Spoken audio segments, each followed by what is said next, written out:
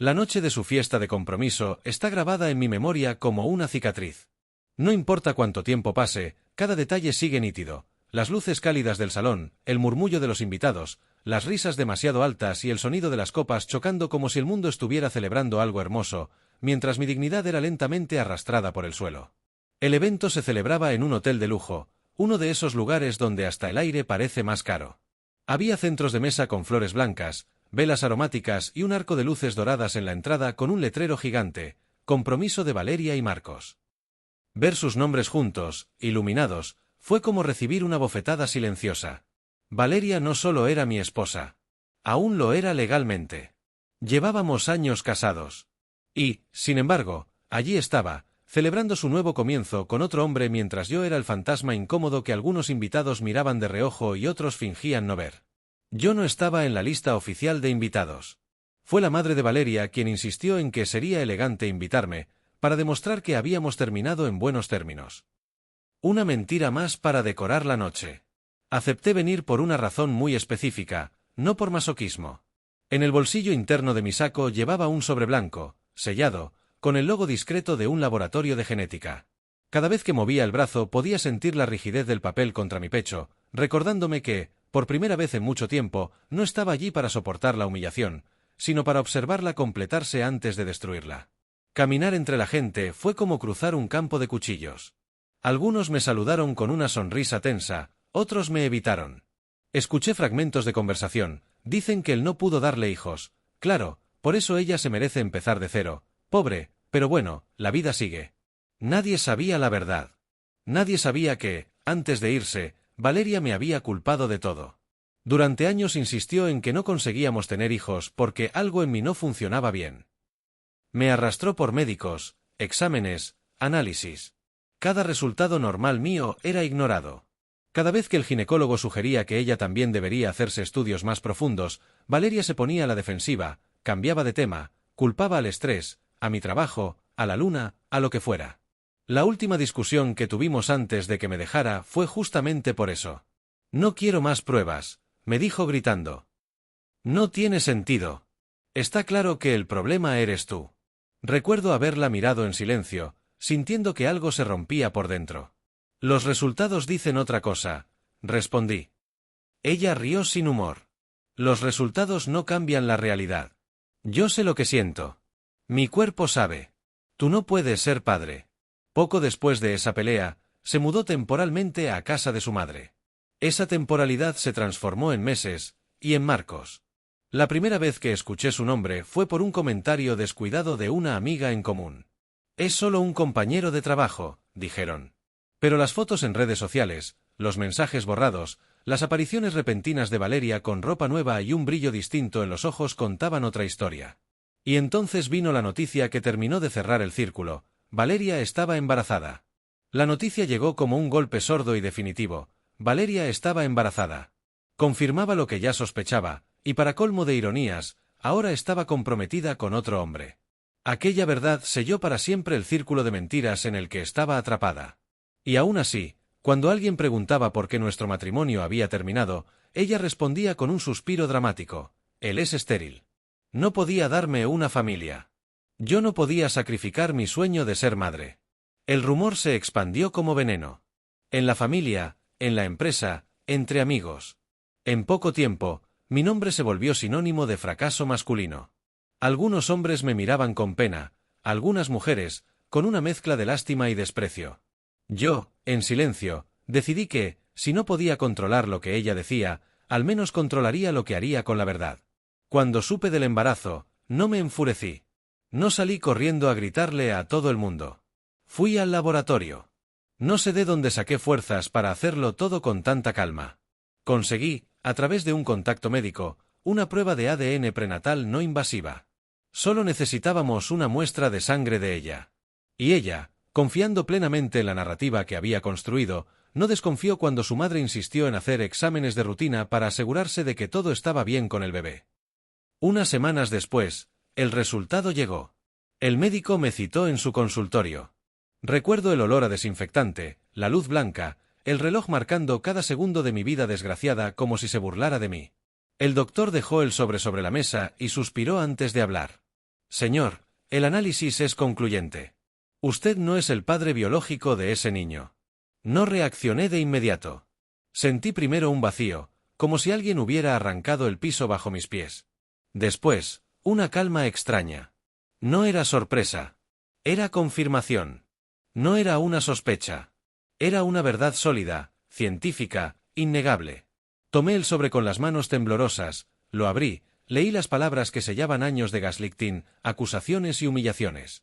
Y entonces, por primera vez, sonreí de verdad. Una sonrisa pequeña, amarga, pero real.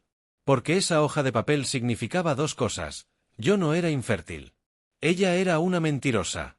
Ahora, en el salón del hotel, apoyado en la barra mientras el pianista tocaba una melodía romántica, repetía mentalmente esa conclusión como un mantra. No estaba allí para recuperarla. No estaba allí para pedir explicaciones. Estaba allí para permitirle cavar su propia tumba social hasta el fondo, y después mostrarle el espejo. Valeria subió al escenario tomada de la mano de Marcos. Llevaba un vestido claro, casi blanco, y una sonrisa tan amplia que parecía forzada. La gente aplaudió cuando el maestro de ceremonias anunció su compromiso. Alguien gritó: ¡Vivan los novios! Ella tomó el micrófono con seguridad. Quiero agradecerles a todos por estar aquí, acompañándome en este nuevo capítulo de mi vida, empezó, con voz dulce. No ha sido fácil llegar hasta aquí.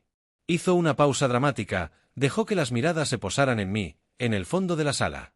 Durante años intenté formar una familia, pero no podía, dijo, llevándose una mano al vientre. Pensé que yo tenía un problema, hasta que los médicos me lo dejaron claro: el problema no era mío. Un murmullo corrió entre los invitados. Sentí las miradas girar lentamente hacia mí. Ella continuó, saboreando cada palabra. Es muy duro amar a alguien que no puede darte lo que más deseas. Ni siquiera podía ser padre. Algunos se taparon la boca. Otros soltaron risas nerviosas. Valeria, al ver que tenía la atención de todos, fue más lejos.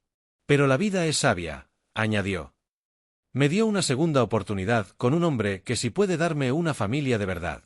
Se giró hacia Marcos y lo besó mientras la sala estallaba en aplausos. Yo no moví un músculo. Solo sentí el latido firme del sobre contra mi pecho, como si el papel respirara conmigo. Cuando las palmas disminuyeron, ella alzó de nuevo el micrófono. Brindemos por los nuevos comienzos, dijo, alzando la copa. Algunos hombres nacen para ser esposos, otros simplemente no nacieron para ser padres. La frase cayó como una bomba. Las risas fueron más abiertas ahora. Alguien en una mesa cercana murmuró: «Pobre tipo». Y fue entonces cuando yo sonreí. No una sonrisa triste. No una sonrisa resignada. Sonreí con una calma tan fría que, cuando Valeria me miró, algo en su rostro vaciló por un segundo. No sabía por qué yo permanecía impasible, sin gritar, sin defenderme, sin salir corriendo. Ignoraba que el papel que ahora descansaba sobre mi pecho convertiría esa fiesta en la antesala de su ruina. Mientras todos brindaban por su boda, yo brindaba en silencio por algo mucho más simple: la verdad. Al día siguiente, el silencio de mi apartamento me acompañó hasta la puerta de la casa de Elena. Al llegar, el contraste fue brutal. A través de la ventana del comedor pude ver la mesa elegantemente puesta, el centro de flores frescas y las caras relajadas de quienes creen que el futuro es solo una extensión de sus deseos. Al abrir la puerta, el clima festivo se congeló. Elena me recibió con una sonrisa tensa, sus ojos suplicando discreción. «Lucas, qué bien que llegaste. Pasa, por favor. Te hemos esperado para el postre». Todos los ojos se clavaron en mí. Valeria me lanzó una mirada cargada de fastidio y una pizca de triunfo. Marcos frunció el ceño, protector, colocando un brazo sobre el respaldo de la silla de ella. «No pensé que vendrías», dijo Valeria, con una dulzura falsa que cortaba el aire. «Pensé que anoche habías entendido que algunos capítulos se cierran». «Algunos solo se cierran cuando se lee la última página», respondí, mi voz serena, contrastando con la tensión que empezaba a palpitar en la habitación. Elena me indicó una silla vacía al final de la mesa, lejos de Valeria, pero estratégicamente colocada frente a don Roberto. Me senté con lentitud, sintiendo el peso del sobre como una losa moral. No era ansiedad lo que sentía, sino una paciencia de depredador. «Bueno, Lucas», empezó don Roberto, con ese tono condescendiente que usaba para hablar con subordinados, «Elena nos dijo que tenías algunos documentos para revisar. Espero que no sean papeles de divorcio. eso ya es asunto de abogados. Unas risitas nerviosas recorrieron la mesa. Valeria sonrió, segura de su victoria. No son papeles de divorcio, aclaré, colocando mis manos sobre la mesa, quietas. Son los resultados de una prueba. Una prueba que, creo, todos aquí tienen interés en conocer. El rostro de Valeria perdió un poco de su color. Sus ojos se estrecharon, tratando de descifrar mi juego. ¿Qué prueba?, preguntó, con una voz que intentaba sonar despreocupada y solo lograba sonar ronca. Una prueba de ADN prenatal no invasiva, dije, las palabras cayendo en la mesa con el peso de un ladrillo. La que te hiciste en esos exámenes de rutina que tu madre tan insistentemente te recomendó. El silencio que siguió fue absoluto. Se podía oír el tic-tac del carísimo reloj de pared de Elena. La sonrisa de Marcos se desvaneció, reemplazada por una confusión genuina. ¿Una prueba de ADN?, repitió él, mirando a Valeria. ¿Por qué? Valeria se puso de pie de un salto, la silla chirriando contra el piso de madera. Esto es ridículo. No tienes derecho. Es mi cuerpo. Tu cuerpo, sí, asentí, lentamente sacando el sobre de mi bolsillo interno. Pero la sangre que analizaron contenía el ADN del bebé. ¿Y el mío? La miré directamente a los ojos, y por primera vez en años, vi el miedo verdadero en ellos. No era el miedo a ser descubierta, sino el miedo a perderlo todo, el futuro, la imagen, el hombre a su lado. No le creas, Marcos, suplicó ella, agarrándole el brazo. Está desesperado. Está mintiendo. Los números de protocolo del laboratorio están aquí, continué, con calma glacial, deslizando el sobre hacia el centro de la mesa, frente a don Roberto. Cualquiera puede verificarlos. La conclusión es bastante clara, y está escrita en la última página. Don Roberto, pálido, miró el sobre como si fuera una serpiente. No lo tocó. ¿Qué dice?, preguntó, su voz perdiendo toda su autoridad previa. Dice, respondí, sin romper el contacto visual con Valeria, que la probabilidad de que yo sea el padre biológico de ese niño es del 0%. 0. Fue como si una bomba de silencio hubiera explotado en la habitación. No hubo estruendo, solo la destrucción callada de cada certeza, cada mentira, cada mirada de lástima que me habían dirigido. La cara de Marcos se descompuso en una mueca de dolor e incredulidad. Se soltó del agarre de Valeria y se quedó mirando su propio anillo de compromiso. ¿Es eso cierto?, le preguntó a Valeria, con un hilo de voz. Ella no respondió. Su mentira, tan grande y elaborada, se había vuelto tan frágil que un solo dato científico la hacía añicos. Comenzó a temblar, y luego las lágrimas brotaron, pero esta vez no eran lágrimas calculadas para la manipulación. Eran de pánico. Tú me obligaste a esto, lloriqueó, señalándome con un dedo acusador. Nunca me apoyaste. Nunca me entendiste. Era el mismo argumento, el mismo guión, pero ahora sonaba hueco, desesperado. Ya no tenía poder. Don Roberto se levantó, su silla cayendo hacia atrás con un golpe seco. Mi familia, nuestra reputación, masculló, mirando a su hijo con una mezcla de pena y rabia. Marcos, esto es inaceptable. El almuerzo había terminado. El futuro que habían planeado con tanto esmero se deshacía en segundos. Yo no dije nada más. No hacía falta. Me levanté, mirando el cuadro de dolor y caos que yo mismo había orquestado. No sentí euforia. No sentí la dulce venganza que había imaginado. Solo sentí un vacío inmenso, el eco de una verdad que había llegado demasiado tarde para salvar lo que una vez tuvimos, pero justo a tiempo para evitar que su farsa se consolidara. La verdad duele, ¿verdad, Valeria?, dije en un tono casi susurrado, solo para ella. Ahora sabes cómo se siente. Di media vuelta y caminé hacia la puerta. Nadie intentó detenerme. Al cruzar el umbral, oí el primer grito desgarrado de Valeria, seguido del sonido de cristal rompiéndose. No miré atrás. El silencio de mi apartamento me esperaba, y por primera vez, no me pareció vacío, sino limpio. La cicatriz de su fiesta seguía ahí, pero ahora, por fin, había empezado a sanar. La puerta de la casa de Elena se cerró de golpe a mis espaldas, aislando para siempre el mundo de gritos y cristales rotos en su interior. La brisa fresca de la tarde me azotó el rostro con una crudeza inesperada, pero ni su furia logró arrastrar la sensación viscosa que la revelación había dejado impregnada en mi piel. Caminé hacia mi coche con pasos mecánicos, la llave temblándome levemente en la mano. Antes de encender el motor, me miré en el espejo retrovisor. Esperaba ver a un hombre transformado, vindicado. En su lugar, vi a la misma persona agotada, con las mismas aristas de dolor alrededor de los ojos. La verdad era un bálsamo frío, aliviaba la fiebre de la mentira, pero no sanaba la herida original. Mi teléfono vibró en el bolsillo del pantalón incluso antes de que saliera de la calle. Era Elena. La dejé sonar. La segunda llamada fue de un número desconocido que intuí pertenecía a Marcos. Lo ignoré también. No había nada más que decir. El silencio era ahora mi único aliado, el juez que confirmaba la sentencia que los papeles ya habían dictado. Conduje sin un destino claro, dejando que la ciudad se desdibujara fuera de mi ventana. Finalmente, terminé en un mirador vacío, uno de esos lugares a los que solíamos ir Valeria y yo cuando todo era más simple. Apagué el motor y dejé que el silencio del habitáculo me envolviera. Y entonces, inesperadamente, la emoción me golpeó. No fue rabia, ni siquiera tristeza. Fue un luto profundo y silencioso por la familia que nunca existió, por el futuro que ella había asesinado con sus mentiras y que yo acababa de enterrar con un informe de laboratorio. Apoyé la frente contra el volante y dejé que unos pocos lagrimones silenciosos mancharan el cuero. No lloraba por ella. Lloraba por el hombre crédulo que fui, por los años perdidos creyendo en una ficción. Al regresar a mi apartamento, la soledad tenía un sabor diferente. Ya no era la de un hombre abandonado, sino la de alguien que ha quemado los puentes hacia su propio pasado. Encendí una lámpara y me quedé de pie en medio de la sala, respirando el aire quieto. Por primera vez, ese espacio no me parecía un refugio herido, sino una página en blanco. Al día siguiente, el mundo exterior intentó forzar su camino. Mi buzón de voz estaba lleno.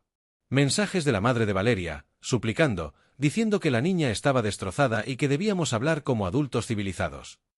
Un mensaje de texto de Marcos, seco y cortante: necesito verte. Ahora. Lo borré.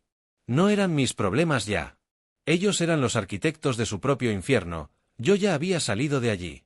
La verdad, sin embargo, es un virus que se propaga rápido y muta en versiones aún más dañinas. Mi único acto de engagement fue contactar a mi abogado, Santiago. Le envié una copia escaneada del informe con una línea de texto: es hora de acelerar el divorcio. Razón: adulterio y fraude. Su respuesta fue inmediata: Dios mío, Lucas. Esto cambia todo. Ella no tiene ni pies ni cabeza para pelear la división de bienes. Prepárate, esto se va a poner feo. No me asustó. Lo feo ya había pasado. Ahora solo era la resaca administrativa de la tragedia. La llamada de la hermana menor de Valeria, Clara, fue la única que atendí. Siempre fue la más sensata, la que me miraba con una pena genuina durante las reuniones familiares. Lucas, dijo su voz, baja y cargada de vergüenza. Lo siento. Lo siento por no haber dicho nada, por haber dudado de ti en silencio. Todos lo hicimos. No importa, Clara, respondí, y me sorprendió descubrir que era verdad. Sí importa, insistió. Ella está fuera de control. Dice que vas a pagar por esto, que arruinaste su vida. Ten cuidado. Ella arruinó la suya propia. Yo solo encendí la luz para que todos vieran los escombros. Clara suspiró al otro lado de la línea. Solo quería que lo supieras. Y, gracias. ¿Gracias por qué? Por devolverle la cordura a esta familia. Ahora todos sabemos quién era quién. Colgué con una sensación extraña, un atisbo de closure que no había anticipado. No era el perdón, sino una especie de reconocimiento mutuo de la realidad, un pequeño territorio de verdad recuperado en medio del campo de batalla. Una semana después, Santiago me citó en su oficina. Sobre su escritorio de caoba había una carta gruesa. Es de los abogados de ella, dijo, con una media sonrisa. Bajan la guardia. Aceptan los términos del divorcio sin disputar la separación de bienes. No quieren que esto vaya a un juzgado. Saben que perderían y el escándalo sería público. Tomé la carta. La leí. El lenguaje era frío, legal, pero entre líneas se podía leer el pánico. Valeria estaba intentando contener la hemorragia, salvando lo que quedaba de su reputación y de su futuro con Marcos. O quizás era don Roberto quien, desde las sombras, movía los hilos para proteger el apellido de su familia. No me importaba. Firmé los documentos que Santiago me extendió con una calma que rayaba en el desapego. Era el final oficial de un capítulo que, emocionalmente, yo ya había cerrado aquella tarde en el comedor de Elena. Al salir del edificio de abogados, el sol de la tarde me dio en la cara. Respiré hondo. El peso del sobre ya no estaba en mi pecho. La cicatriz de la que hablaba, la de su fiesta de compromiso, seguía allí, pero ya no era una herida abierta. Era una marca, un recordatorio de una lección brutalmente aprendida. No miré atrás. No hacia la casa de Elena, ni hacia el apartamento que compartí con Valeria, ni hacia el hombre que fui. El camino, por fin, estaba despejado frente a mí. Y por primera vez en años, la dirección en la que me movía era solamente hacia adelante. Valeria se derrumbó en su silla como un maniquí de lujo cuya estructura interior se quebrara. Sus lágrimas ya no conmovían a nadie, no eran más que el combustible del incendio que ella misma había avivado. Su madre, Elena, intentó tenderle una mano, pero Valeria la rechazó con un gesto tan brusco que partió el aire entre ellas. «Esto es tu culpa», le escupió. «Con tus insistentes exámenes, tu obsesión por las apariencias». Elena retrocedió como si la hubieran abofeteado, su propio llanto ahogándose en un jadeo de culpa. La hermana menor, Clara, me miró desde el otro extremo de la mesa. No había reproche en sus ojos, sino una resignación profunda, como si hubiera estado esperando este colapso desde hace años. No dije nada. No había más palabras que ofrecer. El informe sobre la mesa ya había hablado por mí. Me levanté, y esta vez nadie protestó. Caminar hacia la puerta fue como atravesar un campo de ruinas humanas. El aire del vestíbulo, cargado aún con el aroma de la comida que nunca llegamos a probar, me pareció de repente irrespirable. Al salir a la calle, no me dirigí a mi coche de inmediato. Caminé sin rumbo, sintiendo la vibración de la confrontación aún en mis huesos. La mención de Clara sobre el doctor Herrera confirmó una sospecha que mi orgullo herido se había negado a examinar de cerca. La infidelidad de Valeria era un abismo mucho más profundo de lo que había imaginado. Mi teléfono vibró de nuevo. Era Santiago. Esta vez contesté. «¿Estás bien?», preguntó, sin preámbulos. «Estoy en paz», respondí, y era la verdad más extraña que había pronunciado en años. «Bueno, prepárate. Esto se va a acelerar. Con lo que pasó hoy, y con este nuevo elemento en la ecuación, la familia de Marcos no va a permitir que esto escale. Van a presionar a Valeria para que firme todo y desaparezca de sus vidas. Es tu mejor escenario». «Que sea», dije, con una fatiga que era casi beatífica. Colgué y me apoyé contra la pared fría de un edificio. Cerré los ojos y, por un instante, me transporté a la fiesta de compromiso. A la risa de Valeria, tan falsa como su futuro, y a los murmullos que me señalaban como el estéril, el incapaz. Esa marca, como yo la llamaba, ya no palpitaba. Se había convertido en un recordatorio frío de una guerra que, finalmente, había terminado. No sentí la necesidad de celebrar. La venganza es un banquete que se sirve frío, pero a mí ya no me daba hambre. Días después, la vida intentó normalizarse con una torpeza conmovedora. Los mensajes de la madre de Valeria cesaron, reemplazados por un silencio que era más significativo que sus súplicas. El de Marcos, sin embargo, persistió. No eran acusaciones, sino preguntas cortantes y urgentes. «¿Sabías del doctor Herrera? ¿Cuánto tiempo crees que duró?» Finalmente, una tarde, cedí. No por él, sino por una extraña forma de piedad. Quedamos en un bar neutral, uno de esos lugares anónimos donde las confesiones no hacen eco. Llegó con el rostro demacrado, la elegancia heredada hecha trizas. Se sentó frente a mí y no supo por dónde empezar. «La boda está cancelada», anunció, como si yo no lo hubiera deducido. «Lo lamento», dije, y me sorprendió no estar mintiendo.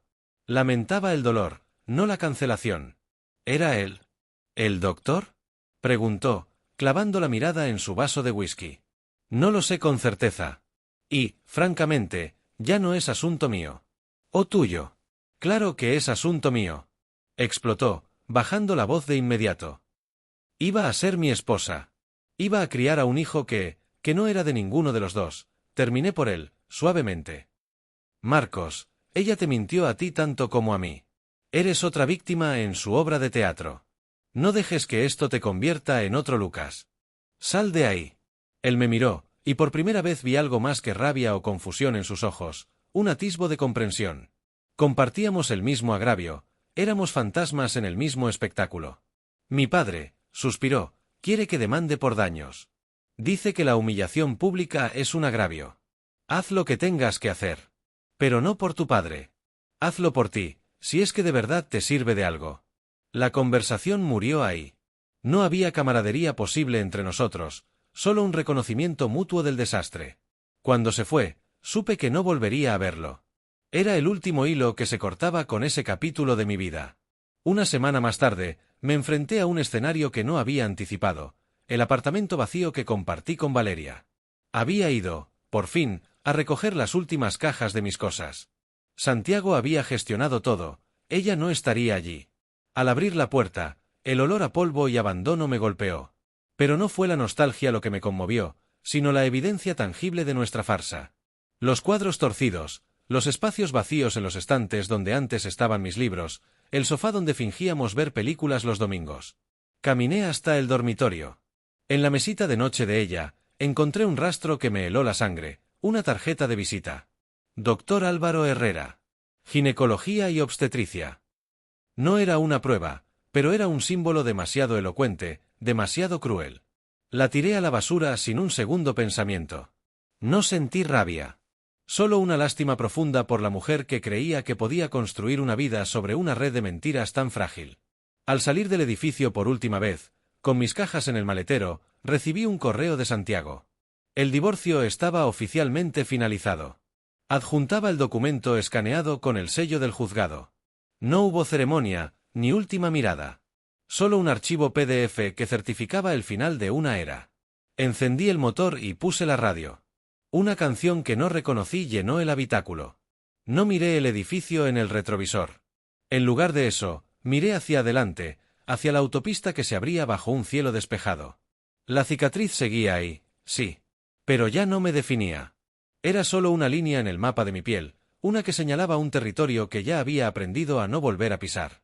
La carretera era larga y recta, y por primera vez, no tenía prisa por llegar a ninguna parte. El silencio que siguió a la cancelación de la boda fue más ruidoso que cualquier escándalo. Era un vacío cargado de ecos, de susurros que ya no me alcanzaban. La reconstrucción de mi vida no era un acto heroico, era el meticuloso trabajo de retirar escombros, uno a uno, sabiendo que algunos cimientos nunca volverían a ser lo suficientemente sólidos. Comencé a pintar las paredes de mi nuevo apartamento, un espacio pequeño y anónimo que no guardaba ningún recuerdo.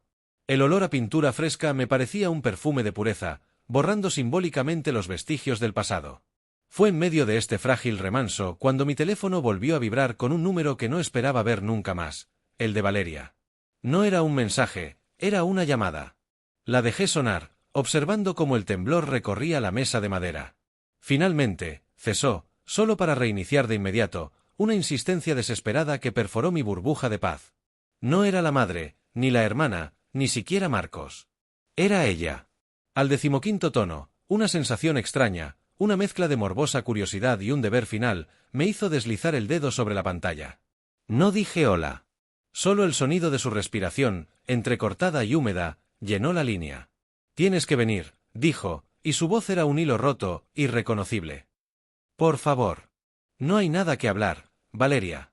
Está todo dicho. No es por eso». Hizo una pausa, y escuché un sollozo ahogado. «Es por el bebé». Esas dos palabras cayeron en mi pecho como piedras. No sentí la punzada traicionera de la esperanza, sino el frío reconocimiento de lo que probablemente era una nueva estratagema. Sin embargo, algo en su tono, una fragilidad demasiado real, me detuvo antes de colgar. «¿Qué pasa con el bebé?» «No, no está bien». Su voz se quebró. Necesito ayuda. Y no tengo a nadie más a quien pedírselo».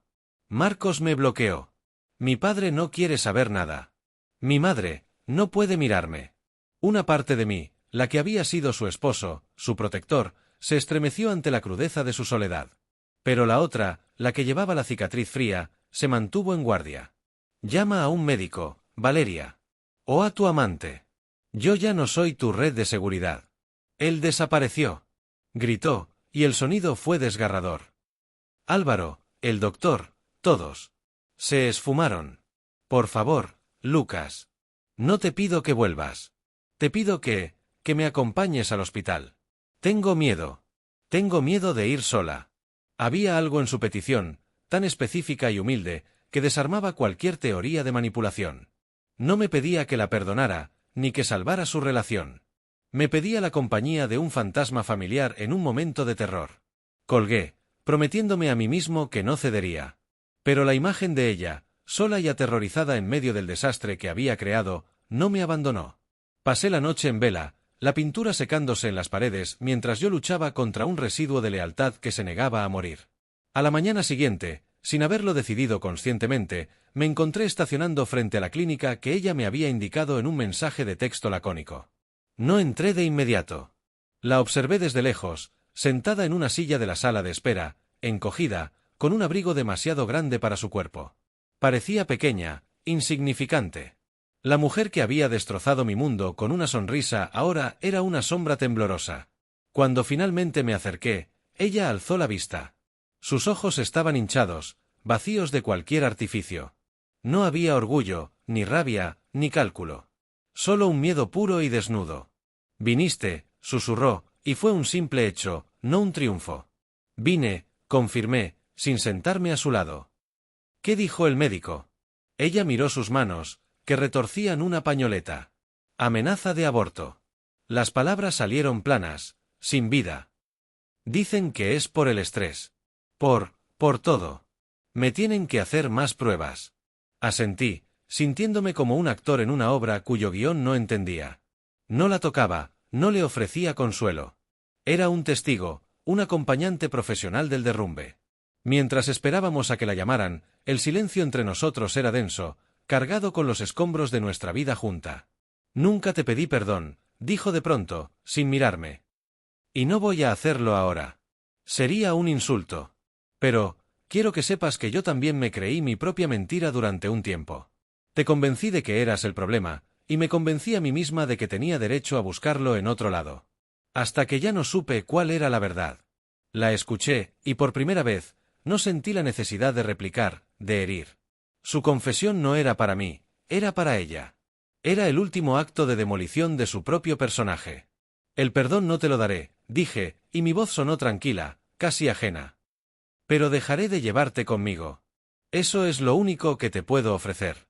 Ella asintió, una lágrima solitaria cayendo sobre su regazo.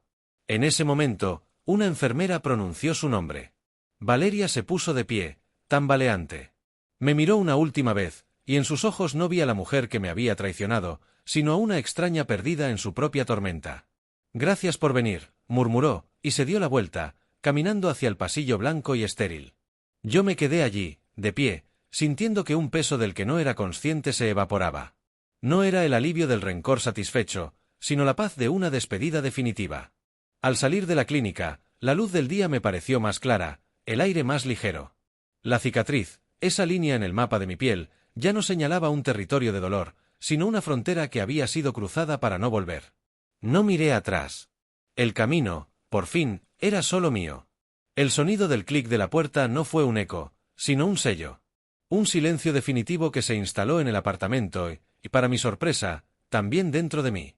No hubo urgencia por moverme, por limpiar el espacio que su presencia había ocupado. Permanecí de pie, escuchando el vacío que ahora era mío. Los días que siguieron no estuvieron marcados por la euforia de la liberación, sino por la meticulosa y tranquila tarea de habitar mi propia vida. Compré un jarrón de cerámica verde, un color que a ella siempre le había parecido vulgar, y lo llené con flores silvestres. Colgué un cuadro que había comprado en un mercado callejero años atrás y que nunca había osado exhibir. Cada pequeño acto de apropiación era un clavo que fijaba mi identidad a estas paredes, alejándola del espectro del nosotros. Fue en una de esas tardes silenciosas, mientras reorganizaba una estantería, cuando mi teléfono vibró con una notificación de mi banco. Un depósito.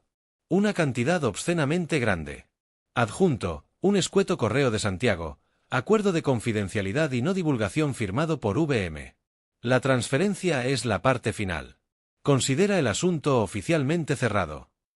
No hubo emoción al ver los ceros en la pantalla.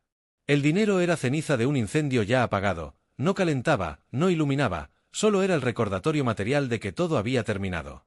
Esa misma noche, soñé con el mar. Soñaba a menudo con él desde niño, pero esta vez era diferente. No había tormenta, ni olas gigantes. Era una marea baja, tranquila, dejando a descubierto un lecho de arena liso y húmedo, listo para recibir nuevas huellas. Al despertar, la metáfora era tan clara que casi podía saborear la sal en el aire. La resaca de la venganza y el rencor se había retirado. Lo que quedaba era un espacio limpio. Tomé una decisión que no había contemplado en años: irme. No una huida, sino una partida. Mi trabajo como traductor freelance me lo permitía.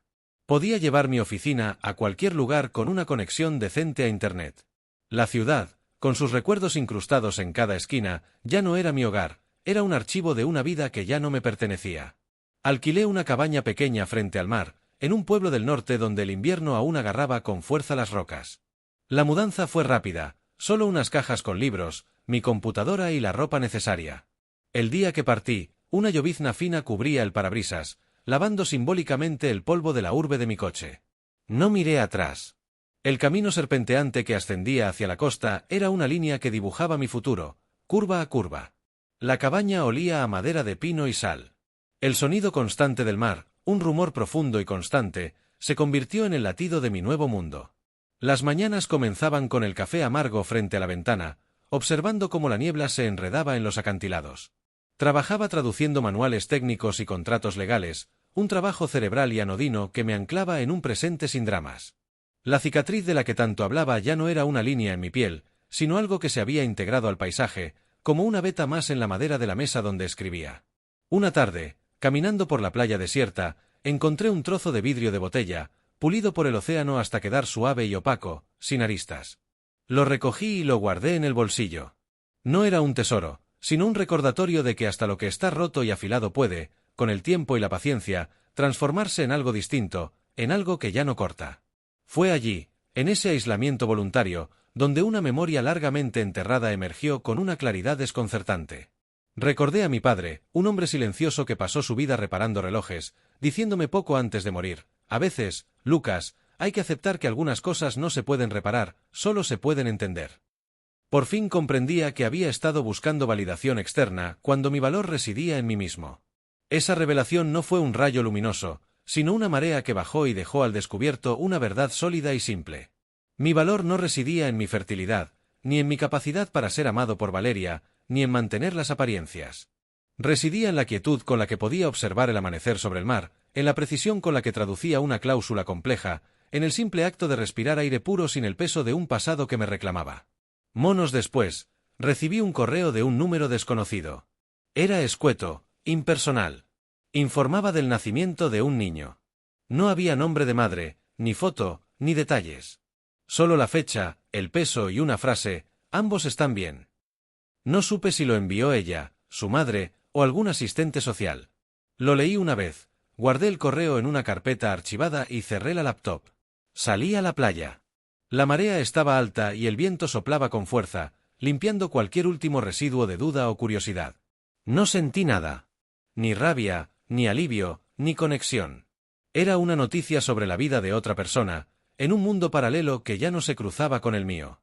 Miré el horizonte, esa línea infinita donde el cielo y el mar se funden, y supe que nunca encontraría un final cerrado, una respuesta total.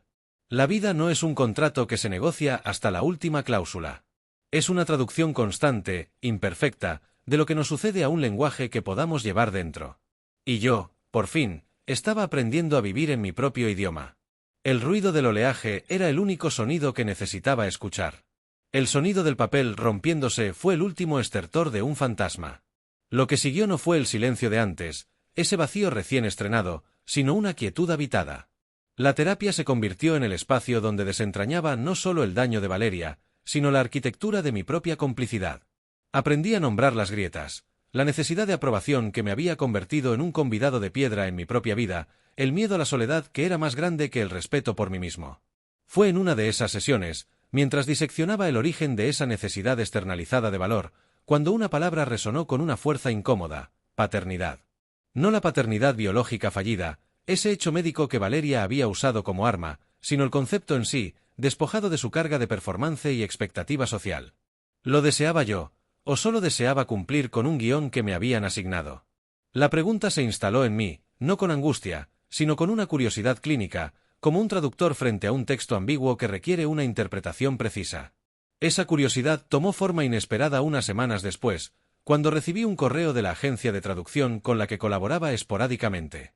Era un proyecto nuevo, pero radicalmente distinto: traducir una serie de cuentos infantiles de un autor nórdico poco conocido. La propuesta incluía no solo la precisión lingüística, sino la capacidad de capturar un tono, una musicalidad naif y a la vez profunda que los manuales técnicos nunca exigían. Acepté el trabajo con un escepticismo que pronto se transformó en un desafío personal. Sentado frente al mar, con el rumor del oleaje como único testigo, me sumergí en historias de bosques encantados y niños que dialogaban con el viento. Fue una traducción visceral. No buscaba equivalentes literales, sino sensaciones. Cerraba los ojos y trataba de recordar cómo se sentía la incredulidad maravillada, la tristeza simple y redentora de la infancia. Era como aprender un nuevo idioma interno, uno que había silenciado bajo capas de cinismo y resentimiento. Al terminar el primer cuento, una fábula sobre un faro solitario que aprendía a brillar para sí mismo en las noches de niebla, me di cuenta de que había estado sonriendo. No era la sonrisa amarga del triunfo sobre Valeria, ni la forzada de las apariencias. Era una expresión genuina, surgida del placer de un trabajo bien hecho, de la conexión con una pureza narrativa que no exigía nada a cambio. Era, me atreví a pensarlo, un momento de paternidad creativa. Yo no había creado la historia, pero le había dado voz en mi lengua, la había cobijado y nutrido para que existiera en otro mundo.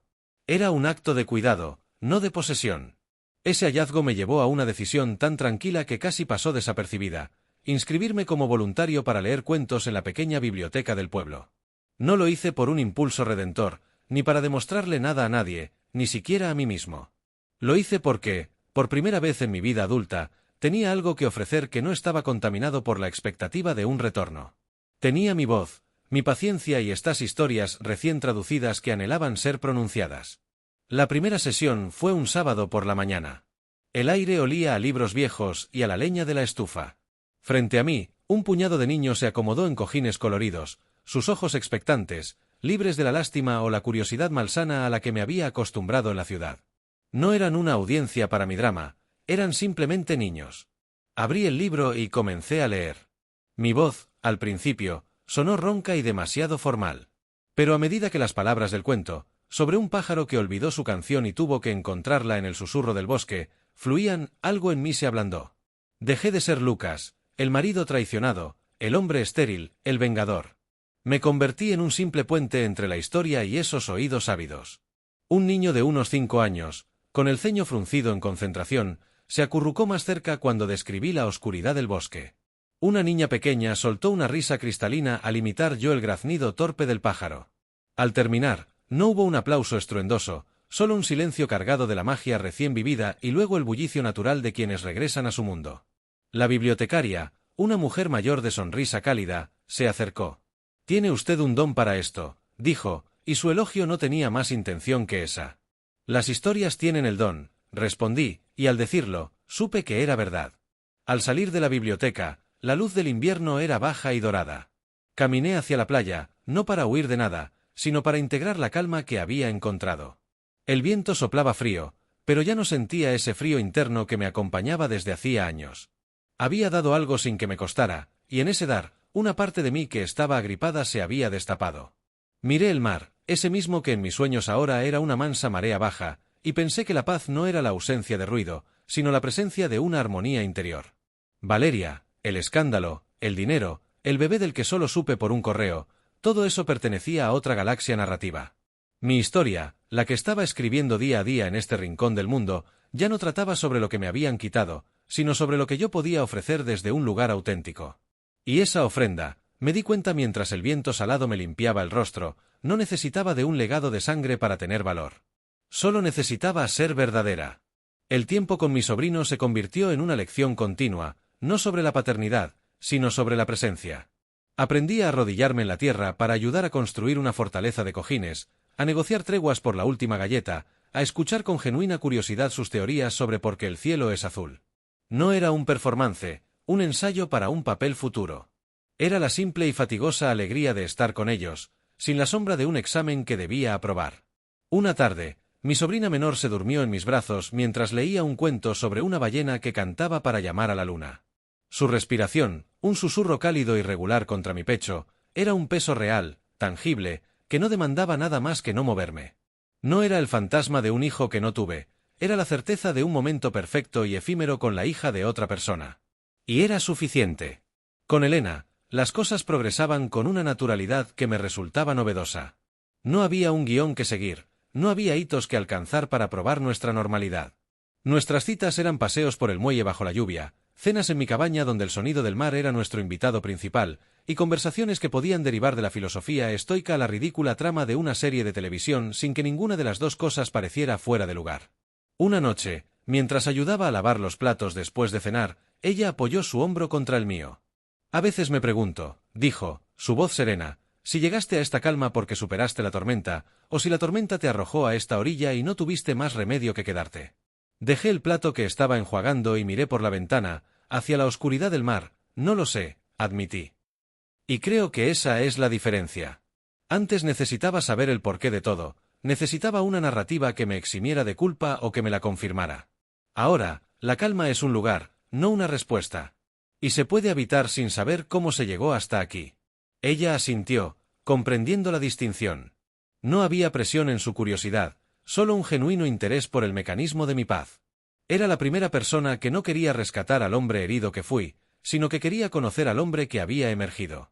Fue esa falta de presión la que, irónicamente, me hizo considerar posibilidades que había archivado. La idea de ser padre ya no era una losa ni una meta. Era una pregunta abierta, una de las muchas que componían el mapa de un futuro con Elena. Una tarde, mientras caminábamos por la playa, se lo mencioné, no como una propuesta, sino como un tema más en nuestro universo de conversaciones. A veces pienso en eso, dije, mis palabras casi llevadas por el viento. No con la urgencia de antes. Solo, pienso en ello. Ella tomó mi mano, sus dedos entrelazándose con los míos con una familiaridad que aún sentía como un milagro. Yo también, confesó. Pero me da igual el cómo. O el cuándo. O incluso el sí. Lo que importa es que sería una decisión nuestra, tomada desde este lugar, no desde un vacío que hay que llenar. Su respuesta fue el antídoto final para el veneno de Valeria. No se trataba de fertilidad o de genética, se trataba de elección y de contexto. La familia podía ser un niño, o podía ser nosotros dos y un perro rescatado, o podía ser la comunidad que había construido en el pueblo.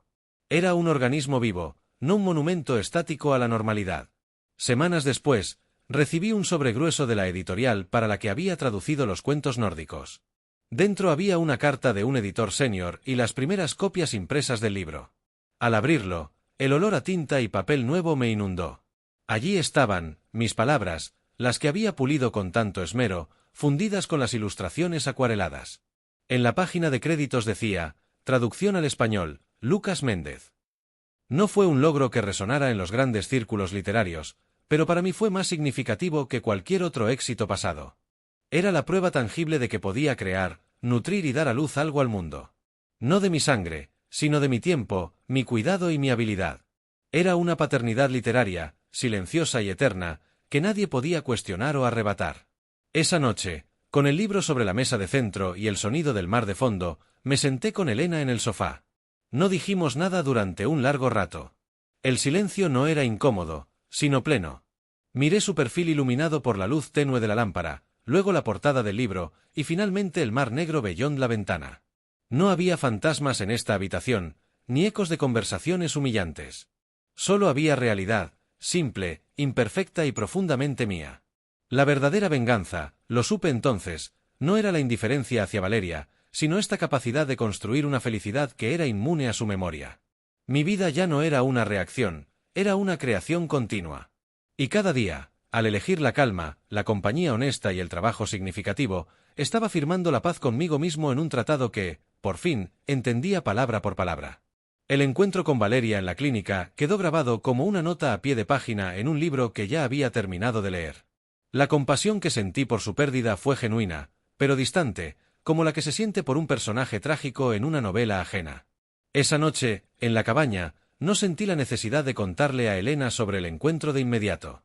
No era un secreto, sino que la anécdota había perdido su urgencia. Se lo mencioné unos días después, de pasada, mientras recogíamos algas en la orilla para el jardín de hierbas de ella. Me crucé con Valeria, dije, concentrado en enjuagar una raíz en el agua fría. Ella dejó de llenar su cesta y me miró, esperando sin ansiedad.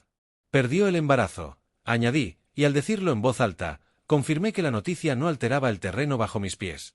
Elena asintió lentamente, sin pedir detalles escabrosos ni lanzar juicios. Es una pena, murmuró, y su simpleza fue el bálsamo definitivo. Para todos. Esa fue toda la conversación. El tema se disolvió en la brisa marina, reemplazado por la discusión de si las algas servirían mejor como abono o para envolver el pescado que cenaríamos. La normalidad había absorbido lo que antes habría sido un terremoto. Sin embargo, ese cierre final con el pasado pareció abrir una compuerta dentro de mí, liberando una energía que ya no necesitaba para reconstruirme. La traducción de los cuentos nórdicos, ahora publicada, había sembrado una semilla. Comencé a escribir. No eran memorias, ni un ajuste de cuentas disfrazado de ficción. Eran historias cortas, vagamente inspiradas en el pueblo, en el mar, en la transformación silenciosa de un hombre que aprendió a escuchar. Escribía en las mañanas, antes de que Elena llegara de la librería, con el cuaderno apoyado en la mesa de la cocina y el sonido constante del oleaje como metrónomo. Una de esas historias, la de un barquero que olvidó cómo hablar y aprendió a comunicarse con el clima, la llevé a la sesión de lectura en la biblioteca. Los niños, que ya me conocían y esperaban las aventuras del pájaro o la ballena, se quedaron inusualmente callados. Al terminar, el mismo niño de 5 años que se acurrucaba durante los cuentos de miedo, levantó la mano. ¿Y si el barquero nunca vuelve a hablar?, preguntó, su ceño fruncido en preocupación genuina. Quizás no lo necesita, respondí. El mar ya lo entiende.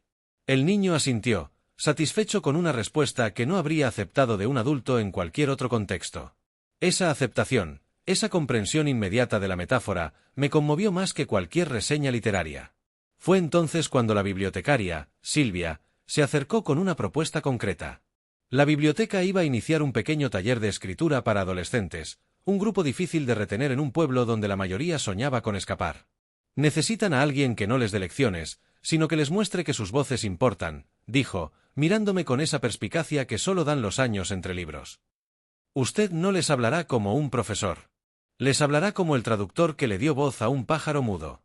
Acepté, no por un sentido del deber, sino porque la idea resonó con la nueva textura de mi vida.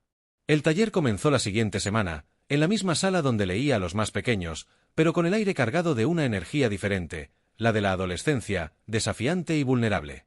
Eran 5, sentados en círculo, con posturas que pretendían indiferencia pero con ojos que delataban curiosidad. La primera sesión fue un desastre torpe.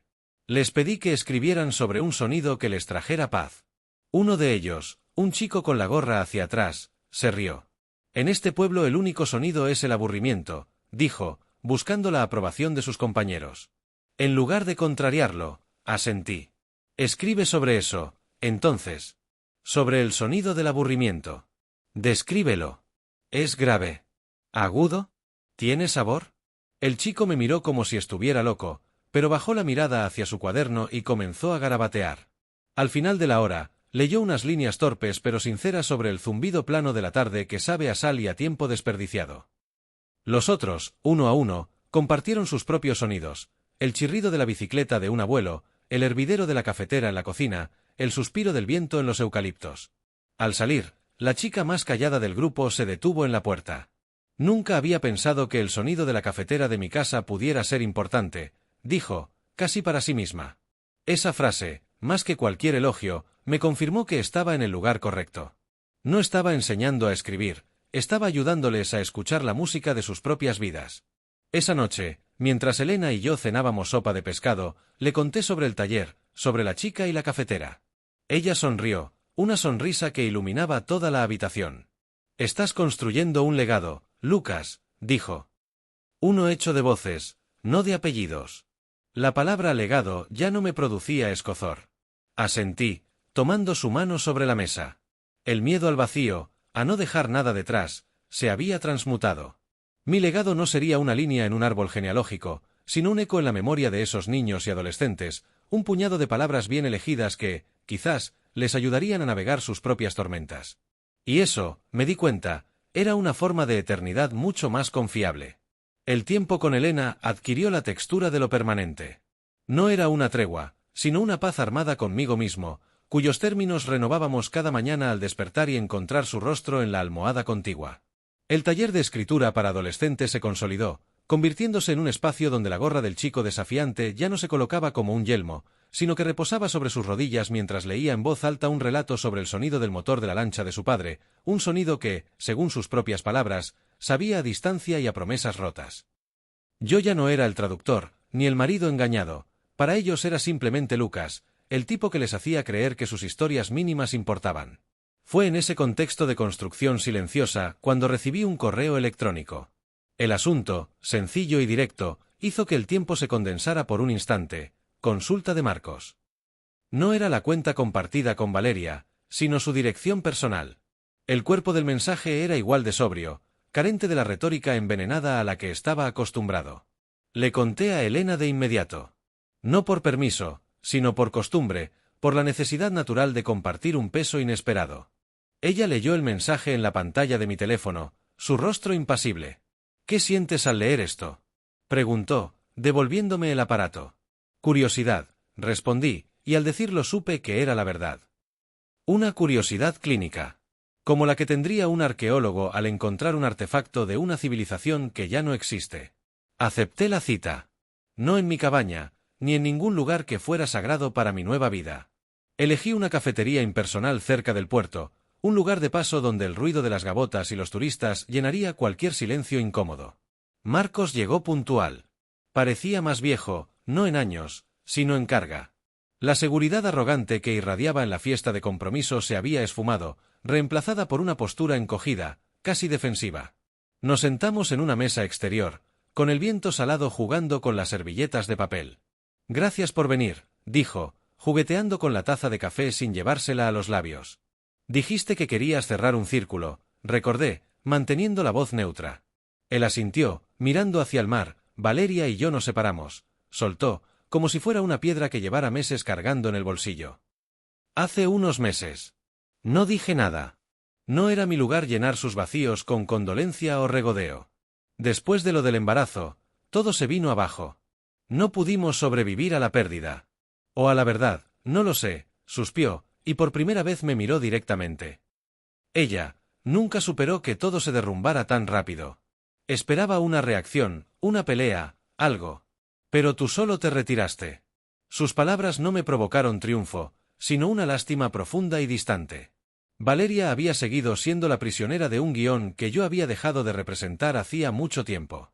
Yo no le robé nada, dije, y mi voz sonó tranquila, como el mar en la bahía. Solo me negué a seguir actuando en su obra. Lo sé, reconoció Marcos. Y al final, yo también era un personaje en esa obra. El héroe que la rescataba del marido estéril y frío. Cuando el héroe resultó ser tan frágil como el villano, la función tuvo que cancelarse. Había amargura en su voz, pero también un atisbo de comprensión. No había venido a pedir disculpas ni a culparme. Había venido, me di cuenta, a constatar que el hombre del que le habían hablado, el monstruo de la historia de Valeria, no existía. Necesitaba ver con sus propios ojos que yo era solo un hombre, sentado en una cafetería, que había reconstruido su vida lejos del drama en el que él aún estaba atrapado. ¿La amabas?, le pregunté, no por curiosidad malsana, sino porque era la única pregunta relevante que quedaba. Él dudó, buscando la respuesta en el fondo de su taza. Creo que amaba la idea de salvarla. Y ella amaba la idea de ser salvada. Es una base muy pobre para construir una vida. Pagó su café y se levantó. Antes de irse, se detuvo. Oye, Lucas, ¿esa paz que tienes ahora? ¿Se puede aprender? La pregunta me tomó por sorpresa. Miré hacia el muelle, hacia donde Elena estaría llegando pronto a la librería. No se aprende, respondí. Se construye. Ladrillo a ladrillo, con los materiales que te dejaron después del derrumbe. Y a veces, hay que demoler lo que quedó en pie para empezar de cero. Asintió, una sombra de envidia en sus ojos. No me dio la mano, pero su inclinación de cabeza fue un gesto de respeto, quizás el primero verdadero que me dirigía. Cuando se fue, me quedé un rato más, viendo cómo las olas rompían contra los pilotes del muelle. No sentí el vacío resonante de la venganza cumplida, ni la punzada agria del rencor. Sentí un alivio profundo, como el que se experimenta al cerrar un libro pesado y guardarlo en el estante más alto, sabiendo que no tendrás que volver a abrirlo. Esa noche, mientras Elena y yo preparábamos la cena, le conté lo que Marcos había dicho. Ella escuchó, pelando una zanahoria con una concentración serena. Él también estaba atrapado en la misma mentira, comentó al final, sin juzgar. Solo que su celda era más bonita que la tuya al principio. La simplicidad de su análisis me llegó al alma. No había buenos ni malos en esa historia, solo personas equivocadas que eligieron vivir en una ficción dañina. Yo había tenido la suerte, o la terquedad, de escapar. Él preguntó si la paz se podía aprender, dije, pasándole los ajos picados. Ella sonrió, ese gesto que siempre parecía disipar las últimas sombras de la habitación. Y tú le dijiste que no, que se construye. ¿Cómo lo sabes? Porque es la misma paz que tenemos aquí, respondió, señalando con el cuchillo la cocina inundada del olor a guiso y a mar. Nadie nos la regaló. La cocinamos nosotros, todos los días. Y era cierto. Mi legado no estaba en la sangre ni en un apellido, ni siquiera en las palabras que ayudaba a florecer en los adolescentes del pueblo. Mi legado era esta paz, este territorio íntimo y conquistado que compartía con ella. Un lugar desde el que podía mirar al pasado, incluso recibir a sus emisarios, sin sentir que el suelo bajo mis pies amenazaba con desaparecer. El futuro ya no daba miedo porque había dejado de ser una incógnita para convertirse en la prolongación natural, y deseada, de este presente exacto. El respeto propio resultó ser un cimiento más sólido que cualquier validación externa. Esa sensación de firmeza interior comenzó a permear cada aspecto de mi existencia, como una sal que preserva y realza el sabor auténtico de las cosas. En el taller de adolescentes, dejé de ser el facilitador y me convertí en un participante más. Compartí con ellos el ejercicio de escribir sobre un no que hubieran querido decir.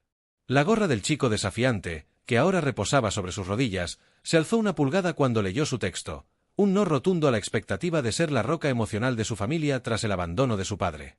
No era una confesión, era una declaración de fronteras. Yo asentí, reconociendo en sus palabras una versión más joven de mi propia batalla. Elena observaba este crecimiento con una mezcla de orgullo y curiosidad clínica. Una tarde, mientras paseábamos por la playa, el viento arrancándole risas a la conversación, me tomó de la mano y dijo: «Estás dejando de ser el hombre que llegó aquí. Se te está cayendo la piel de esa vieja vida». No era una metáfora vacía. Físicamente, sentía como la tensión crónica en mis hombros, una mochila de piedras que cargaba desde mi matrimonio, se había disuelto. Mi respiración era más profunda, como si por fin tuviera permiso para ocupar todo el espacio de mis pulmones. Fue en ese estado de gracia interior cuando el pasado intentó colarse por una rendija inesperada. No fue un correo, ni una visita, sino un paquete. Un sobre de cartón marrón, dirigido a mí, con el logotipo de un bufete de abogados de la ciudad. No latió en mis manos como lo hizo aquel sobre blanco en la fiesta de compromiso. Lo sostuve con una calma que me sorprendió. Dentro, no había una demanda, sino una carta de la madre de Valeria y una llave. La carta estaba escrita en un español pulcro y distante. Hablaba de cierre, de bienes pendientes. Explicaba que, tras la separación de Valeria y Marcos, ella estaba vendiendo el departamento que habíamos compartido, y en el proceso de limpieza, había encontrado una caja fuerte empotrada en el closet de lo que fue mi estudio. Nadie recordaba la combinación. Adjuntaba la llave física, por si usted desea reclamar su contenido o disponer de él. Era un gesto no de reconciliación, sino de higiene emocional. Quería borrar todo rastro mío de la narrativa de su hija. Se lo mostré a Elena. Ella leyó la carta, miró la llave y luego me miró a mí. «¿Qué crees que hay dentro?», preguntó, sin un ápice de aprensión en la voz. «Fotografías. Tal vez los borradores de mi primera novela. Las cartas de amor que le escribí al principio», especulé. Eran los artefactos de un hombre que ya no existía, enterrados en la tumba de un matrimonio fallido. La decisión no fue difícil, pero sí significativa. No quería esos objetos. No quería abrir esa caja y liberar los fantasmas de una felicidad que, en retrospectiva, sentía más como una performance. Pero tampoco quería que la madre de Valeria, o la propia Valeria, los tirara a la basura como escombros. Esos fragmentos, aunque no me definieran, eran parte de mi historia. Escribí un correo breve al bufete de abogados. Agradecí la cortesía y les pedí que, por favor, destruyeran el contenido de la caja fuerte. No necesitaba verlo, tocarlo o recordarlo. La simple elección de mandarlo al olvido fue el acto final de soberanía sobre esa época de mi vida. La respuesta a ese correo no vino del bufete, sino de un número desconocido. Un mensaje de texto. Breve. De Valeria. Supongo que era lo esperable. Siempre fuiste bueno para hacerte el fuerte. Las palabras pretendían ser una puñalada, pero solo rozaron la superficie endurecida de mi nueva piel. No hubo rabia, ni siquiera fastidio. Solo una lástima profunda por alguien que aún necesitaba lanzar estos dardos envenenados para sentirse real. No respondí. Borré el mensaje. Fue el equivalente digital a cerrar la puerta con suavidad, pero con el cerrojo echado. Esa noche, en la cama, con el sonido del mar como banda sonora de nuestra intimidad, le conté a Elena sobre el mensaje. Ella se acurrucó más cerca, su espalda contra mi pecho. Ella sigue buscando tu reacción en el espejo roto de su vida, murmuró, ya medio dormida. Qué agotador debe ser. Tenía razón. Mi silencio no era una estrategia, era un estado natural. Ya no era el silencio del que se esconde, sino el silencio del que está en casa, tan seguro de su territorio que ni siquiera necesita alzar la voz para defenderlo. El vacío que tanto temí, el que creía que solo podía llenar un hijo o un legado de sangre, se había revelado como un espacio lleno de paz. Un espacio donde cabían las voces de los adolescentes del taller, el olor a sopa de pescado de Elena, el sonido de las gaviotas al amanecer y la textura áspera de la página de un libro en mis manos. Era un legado de momentos, no de monumentos. Y me di cuenta acariciando el cabello de Elena mientras su respiración se hacía profunda y regular, absolutamente suficiente.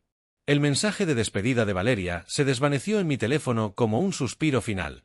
No hubo más noticias, ni de ella, ni de Marcos, ni del bufete de abogados. El silencio que dejaron no era vacío, estaba lleno del sonido del mar, de las discusiones literarias en la librería y del ritmo tranquilo de los días con Elena. La paz, aquella que yo le había dicho a Marcos que se construía, se había convertido en el aire que respiraba. Fue en medio de esa tranquilidad cuando una nueva capa de mi pasado decidió emerger, no como un fantasma amenazante, sino como una semilla que había permanecido latente. Una tarde, revisando unos viejos archivos digitales en busca de una foto de la librería para un folleto, me topé con una carpeta olvidada, borradores-N1. La N mayúscula era de Náufrago, el título provisional de aquella primera novela que nunca terminé, la que Valeria consideraba un pasatiempo sin futuro. La había abandonado cuando mi matrimonio comenzó a resquebrajarse, convencido de que las historias que quería contar no tenían valor. Por pura curiosidad, abrí el archivo. La prosa era torpe, llena de la urgencia y la inseguridad de mis 20 años, pero al leerla no vi los defectos. Vi la pasión cruda, la chispa que había extinguido bajo el peso de las expectativas ajenas. Una energía que, me di cuenta con un golpe de claridad, era la misma que veía brillar en los ojos de los adolescentes de mi taller cuando encontraban la palabra exacta para su rabia o su dolor. Esa noche, después de cerrar la librería, me senté con Elena en el pequeño patio trasero, bajo un manto de estrellas. Encontré algo hoy, comencé, sin preámbulos. La novela que abandoné. Ella dejó su taza de té en la mesa, su interés inmediato y completo. ¿La leíste? Sí. Es mala, pero tiene algo. Algo que perdí y que ahora creo que podría recuperar. El aire olía a sal y a jazmín. Ella me observó en silencio, permitiendo que la idea se asentara. No para publicar, ni para demostrarle nada a nadie, aclaré, como si me estuviera convenciendo a mí mismo. Solo para terminarla. Para cerrar ese círculo yo mismo, no porque alguien más lo haya forzado. Es tu historia, dijo ella, sencillamente. La única persona a la que le debes ese final eres tú. Fue el permiso que no sabía que necesitaba. Al día siguiente, convertí un rincón tranquilo de la librería, cerca de una ventana que daba al muelle, en mi estudio improvisado. No era la torre de marfil de la que solía fantasear, pero la vista del mar y el murmullo constante de la vida del pueblo eran un combustible mejor que cualquier aislamiento. Reescribir no fue un acto de nostalgia, fue un exorcismo. Las palabras venían de un lugar diferente, de un hombre que había aprendido a caminar sobre el suelo firme de su propia verdad. Los personajes, antes planos y predecibles, ganaron profundidad, matices de gris que solo la experiencia de vida puede enseñar. Dejé de escribir para impresionar a un editor hipotético o para ganar la aprobación de una esposa que me menospreciaba, y comencé a escribir para darle sentido a mi propio viaje, para encontrar la belleza en las ruinas que yo mismo había ayudado a demoler. Elena se convirtió en mi primera lectora. Sus comentarios no eran halagos vacíos ni críticas destructivas, eran observaciones agudas, preguntas que desafiaban a los personajes a ser más reales. Era un diálogo creativo, una intimidad que nunca había conocido. Nuestra vida juntos se enriqueció con esta nueva dimensión. La librería ya no era solo nuestro sustento, sino el santuario donde ambos cultivábamos nuestras pasiones, ella con los libros ajenos, yo con los míos. Una tarde, el chico de la gorra del taller, cuyo nombre era David, se acercó a mi rincón. Observó la pantalla de mi portátil llena de texto. ¿Estás escribiendo?, preguntó, con una curiosidad que había reemplazado a su antigua actitud desafiante. Intentándolo, respondí. Es raro, dijo, pensativo. Nos enseñas a nosotros y tú también lo haces. Como si nunca se acabara de aprender. Su comentario me llegó hondo. Él tenía razón. No había una meta final, un punto de llegada donde uno se convertía en escritor o en persona completa. Era un proceso continuo, un taller permanente. Mi autoridad con ellos ya no venía de ser un maestro que lo sabía todo, sino de ser un compañero de viaje que, como ellos, seguía luchando con las palabras y con la vida. El manuscrito creció, capa sobre capa, hasta que supe que estaba terminado. No lo envié a ninguna editorial.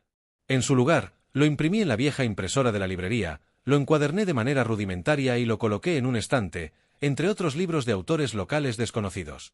No necesitaba que el mundo lo leyera, necesitaba verlo existir, tangible, como un testamento de que yo había reclamado aquella parte de mí que había dado por perdida. Meses después, un turista curioso compró el libro. No supe su nombre ni su opinión, pero la imagen de ese extraño saliendo de la librería con mi historia bajo el brazo me produjo una felicidad serena. Era un legado invisible, anónimo, y por eso mismo, auténticamente mío. Hoy, mirando hacia atrás, entiendo que la verdadera superación no era indiferencia, ni siquiera éxito. Valeria se mudó para empezar de cero, pero yo ya lo había hecho tiempo atrás. No había huido, me había replantado. Y en este suelo nuevo, no solo había echado raíces, sino que había florecido de una manera que mi yo anterior nunca hubiera creído posible. El miedo a la desconfianza que ambos compartíamos no se disipó con una sola conversación, sino que se fue desgastando con la práctica diaria de la honestidad. Un domingo por la mañana, mientras Elena clasificaba libros nuevos y yo intentaba domar un párrafo particularmente rebelde, ella dejó caer un volumen viejo de poemas. Al recogerlo, una fotografía en blanco y negro se deslizó entre las páginas. La imagen mostraba a una mujer de rostro sereno y ojos intensos, con una sonrisa que era un espejo de la de Elena.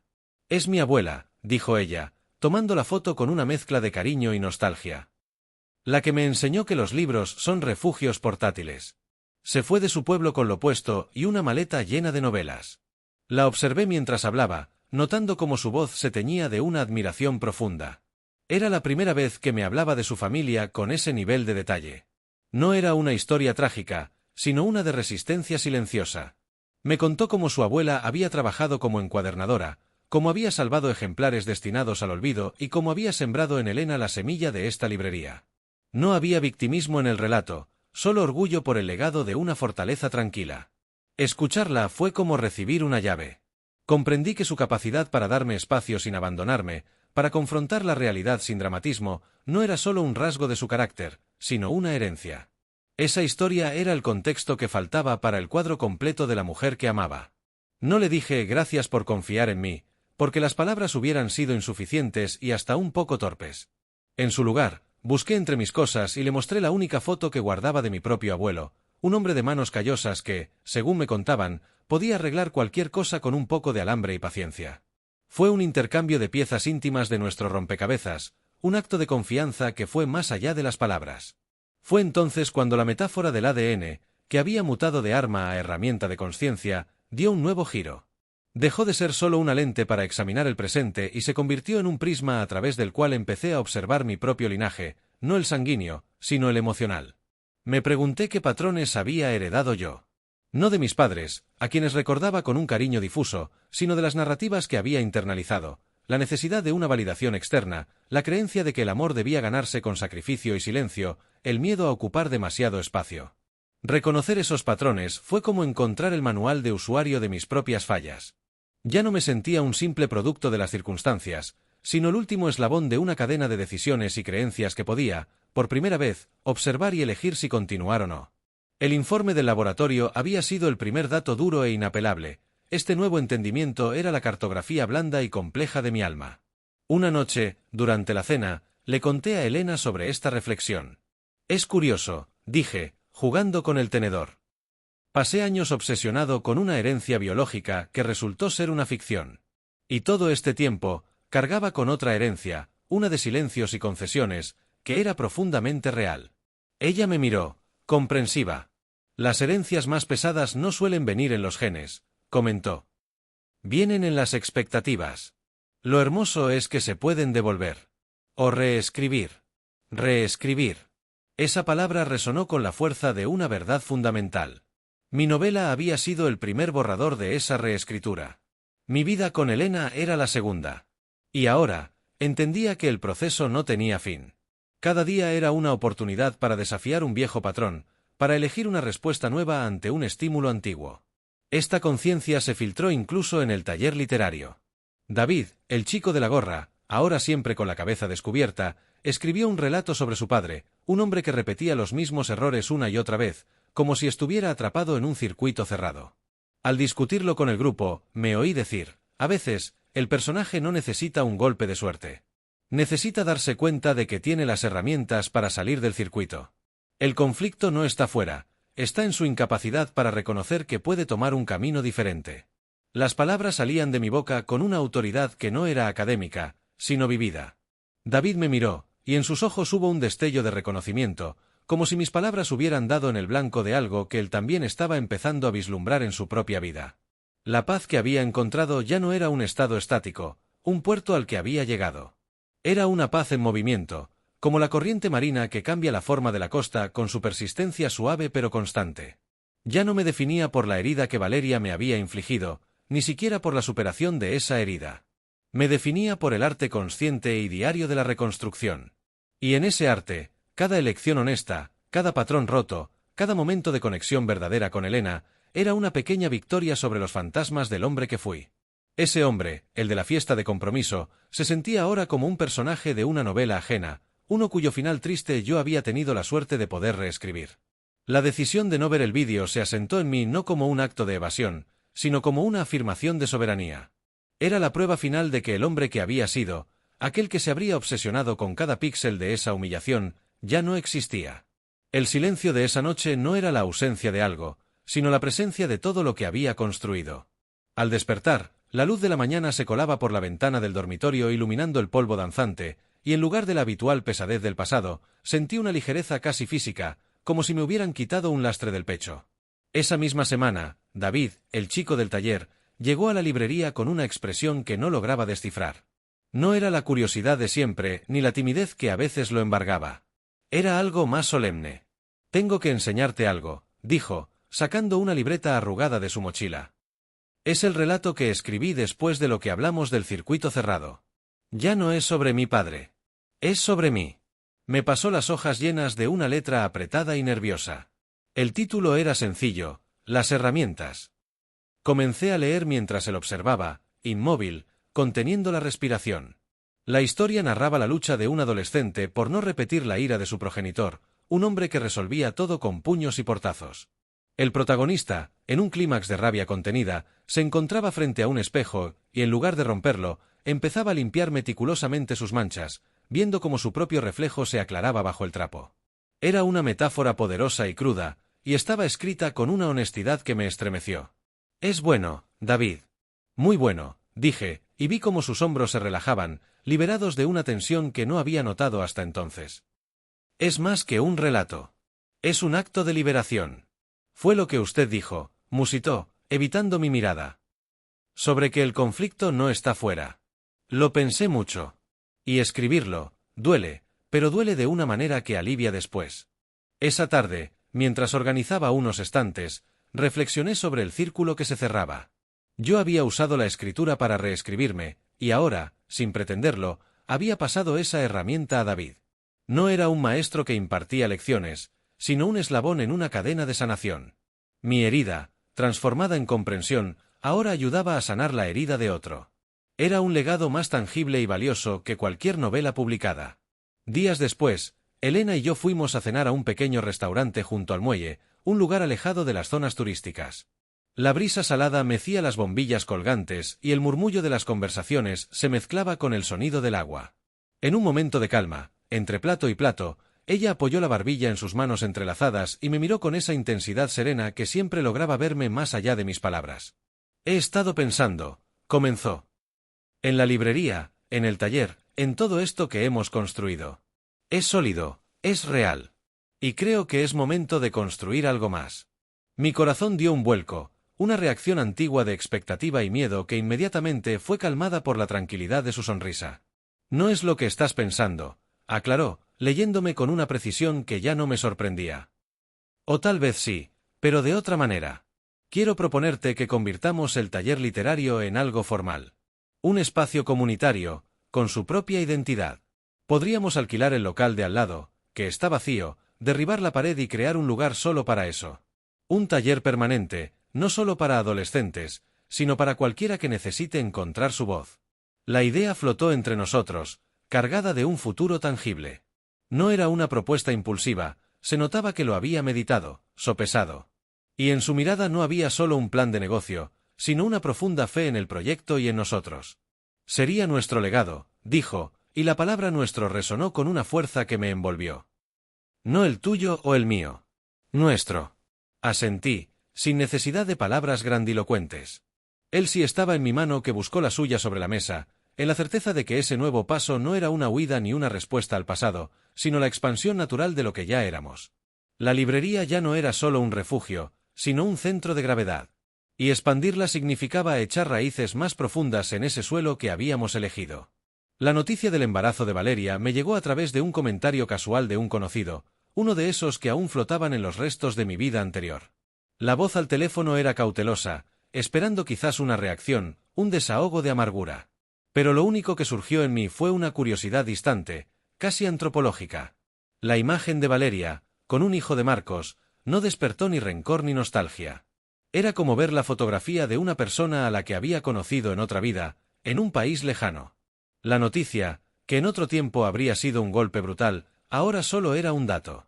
No sentí alivio ni triunfo, solo la confirmación de que nuestros caminos se habían bifurcado de manera irreversible y definitiva. Esa noche se lo conté a Elena mientras preparábamos la cena. Ella dejó de picar verduras y me miró, esperando. Es extraño, comenté, pasando el dedo por el borde de la tabla de madera. No siento nada. O tal vez sí. Siento que esa historia es tan ajena a mí como una novela que leí hace años y cuyos personajes ya no recuerdo.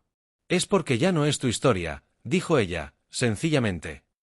Has escrito la tuya propia. Y tenía razón. La cicatriz de la que tanto le hablé a Elena no solo había sanado, se había integrado a mi piel hasta volverse invisible, un recordatorio no del dolor, sino de la capacidad de regeneración. La reconstrucción ya no era un proceso, era un estado de ser.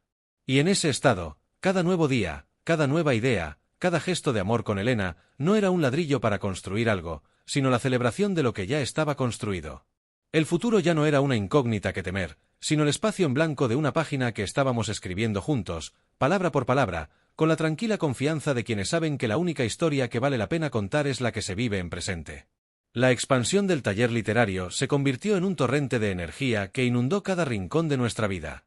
El local contiguo, antes un espacio polvoriento y olvidado, se transformó en la siguiente línea, un nombre que David propuso y que a todos nos pareció perfecto. No era un taller, era un territorio. Las paredes, pintadas de un color arena que recordaba a las páginas de un libro antiguo, pronto se llenaron de estantes con cuadernos en blanco que invitaban a ser profanados con verdades. Elena y yo pasábamos las tardes moviendo muebles, discutiendo sobre la ubicación de cada mesa, riéndonos cuando el polvo nos pintaba bigotes grises. El cansancio era físico, pero mi espíritu se sentía más ligero que nunca. Fue en medio de ese caos creativo cuando recibí el correo electrónico. El remitente era un nombre que no reconocía, pero la línea de asunto detuvo mi respiración por un segundo. Consulta sobre La sombra que habitamos. Mi novela. La había publicado bajo un seudónimo, un acto final de desapego hacia la persona que la había escrito, y había quedado en un limbo de ventas modestas y reseñas silenciosas. Abrí el mensaje con los dedos temblorosos. Era de una pequeña editorial independiente, una de esas que cuidan los libros como si fueran hijos. El editor, un hombre llamado Tomás, escribía con una prosa cuidadosa para decirme que había encontrado mi novela por casualidad y que la historia del personaje principal, su viaje desde la traición hacia una identidad frágil pero propia, le había resonado con una fuerza inusual. No es una novela sobre el engaño, decía, sino sobre el rescate del yo. Y en estos tiempos, es un tema urgente. Leí el correo 3 veces, sentado en el suelo de la siguiente línea, rodeado de cajas de libros sin desempacar. No sentí el estallido de euforia que habría esperado. En su lugar, una calma profunda, una validación serena, se extendió por mi pecho. No era el éxito lo que me conmovía, sino el reconocimiento de que la historia que había extraído de mi herida podía, efectivamente, conectar con la herida de otro. Era el mismo principio que había visto funcionar con David, pero a una escala que nunca me habría atrevido a imaginar. Se lo mostré a Elena esa noche. Ella leyó en silencio, y cuando alzó la vista, sus ojos brillaban con un orgullo que no tenía nada que ver con la fama o el dinero. «Es tu legado», susurró, apoyando su frente contra la mía. «El que elegiste escribir. No el que te impusieron». La negociación con Tomás fue un proceso sorprendentemente orgánico. No hablamos de anticipos ni de estrategias de marketing, sino de la esencia del libro. Él entendía que la novela era una carta de liberación, no un producto. Acepté una reedición con su editorial, no por un contrato más lucrativo, sino porque sentí que el libro había encontrado su hogar correcto. Era otra forma de reescribir, de darle a esa historia una segunda vida, igual que yo.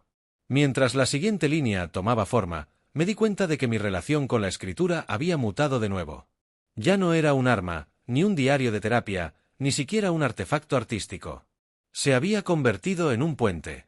Una tarde, una mujer mayor, de rostro surcado por arrugas que parecían contener historias enteras, se acercó a mí después de una sesión del taller. Sostenía con fuerza un cuaderno contra su pecho. «Leí su novela», confesó, su voz un hilo de voz. «Mi hijo murió hace 2 años. Y yo me he sentido como un personaje secundario en mi propio dolor desde entonces. Su libro me recordó que todavía tengo una voz. No supe qué decir. Las palabras gracias se sentían insuficientes. Así que solo asentí, y en el silencio que se extendió entre nosotros, hubo un entendimiento completo. Mi cicatriz, transformada en palabras, ahora ayudaba a suturarla de ella. El círculo se expandía, y yo ya no era solo un eslabón, sino parte de un tejido más grande. Una noche, de regreso a casa, con el olor a pintura fresca y papel nuevo impregnado en mi ropa, me detuve frente al escaparate de la librería. Vi nuestro reflejo en el cristal, Elena y yo, borrosos contra el fondo de estantes llenos de mundos. Ya no me veía a mí mismo como un hombre reconstruido, sino como un hombre en constante construcción. La paz no era la ausencia de guerra, sino la confianza en mis herramientas para navegar cualquier conflicto, interno o externo. El futuro, con su novela reeditada, con su taller floreciente, con su amor sólido y expansivo, ya no era una página en blanco. Era un mapa que Elena y yo estábamos trazando juntos, con cada decisión, cada riesgo, cada acto de fe. Y supe, con una certeza que venía de las entrañas, que la única herencia que deseaba dejar no estaba en los genes, sino en las palabras honestas y en los espacios seguros donde otras personas pudieran encontrar las suyas. La función había terminado hacía mucho, y yo, por fin, no era un espectador ni un payaso, sino el arquitecto de mi propio teatro.